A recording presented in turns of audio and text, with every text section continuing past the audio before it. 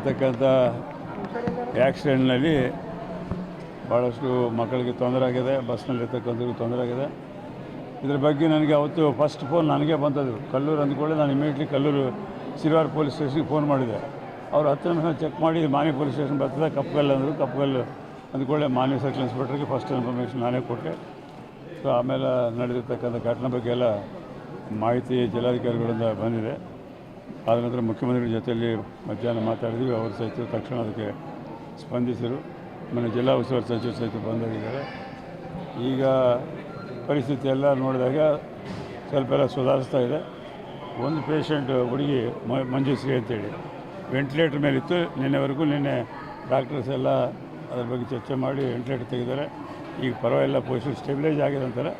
ಆದರೂ ನಿಮಾನ್ಸ್ ಕಳಿಸೋಣ ಎಂಬುದು ಒಂದು ಅಬ್ಸರ್ವೇಷನ್ ಅವ್ರು ಮಾಡ್ತಾಯಿದ್ದಾರೆ. ಈಗ ನಿಮಾನ್ಸ್ ಡೈರೆಕ್ಟರ್ ಹತ್ರ ಸಹಿತ ಎಷ್ಟು ಮಕ್ಕಳಿಗೆ ಆಗಿದೆ ಸರ್? 17 ಮಂದಿ 17. ಟೋಟಲ್ ಎಷ್ಟು ಮಕ್ಕಳಿಗೆ ಆಗಿದೆ ಇನ್ಸಿಡೆಂಟಲ್ ಗಾಯ? ಈಗಿರೋರು 17. ಟೋಟಲ್ ಸಣ್ಣ ಪುಟ್ಟ ಹೊರಗಿದ್ದಾರೆ. ಈಗ ಅಸುರಕ್ಷದಲ್ಲಿದ್ದಾರೆ 11 ಮಂದಿ ಇದ್ದಾರೆ. 11 ಮಂದಿ ಇದ್ದಾರೆ. ಒಟ್ಟಿಗೆ ಈಗ ಗಾಯ ಆಗಿ ಹಾಸ್ಪಿಟಲ್ ಸೇರಿದವರು 27 ಮಂದಿ ಇದ್ದಾರೆ. ಉಳಿದಂಥವ್ರಿಗೆ ಭಾಳ ಸಣ್ಣ ಪುಟ್ಟ ಗಾಯ ಆಗಿ ಹಂಗೆ ಅವ್ರು ಮನೆಗೆ ಹೋಗಿದ್ದಾರೆ.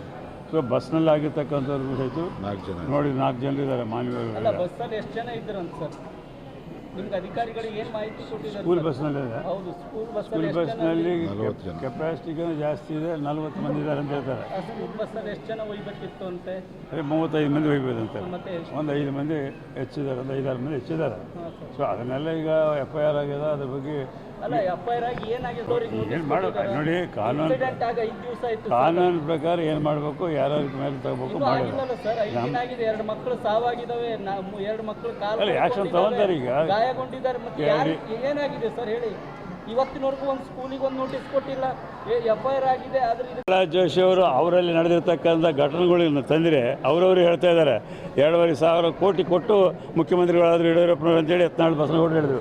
ಅದಕ್ಕೆ ಉತ್ತರ ಕೊಡಬೇಕು. ಅವರಲ್ಲಿ ಏನೇನು ನಡೀತಾರೆ, 4 ಗುಂಪು ಮಾಡ್ಕೊಂಡಾರೆ. ಪ್ರಹ್ಲಾದ್ ಜೋಶಿ ಅವರು ಭಾಷಣ ಮಾಡಲಿಕ್ಕೆ ಅಷ್ಟೇ, ಕೆಲಸ ಮಾಡಲಿಕ್ಕಿಲ್ಲ. ಅವರು ಯಾವುದೇ ರಾಜಕೀಯವಾಗಿ ಪಿಚ್ಚದಿಗಳನ್ನ ಅವ್ರ ಬಗ್ಗೆ ಮಾತನಾಡೋದಷ್ಟೇ ಮಾತಾಡ್ತಾರೆ ಅವರು. ಇನ್ನಷ್ಟು ಸುದ್ದಿಗಳಿಗಾಗಿ ನೋಡ್ತಾ ಇರಿ ಜಸ್ಟ್ ನ್ಯೂಸ್.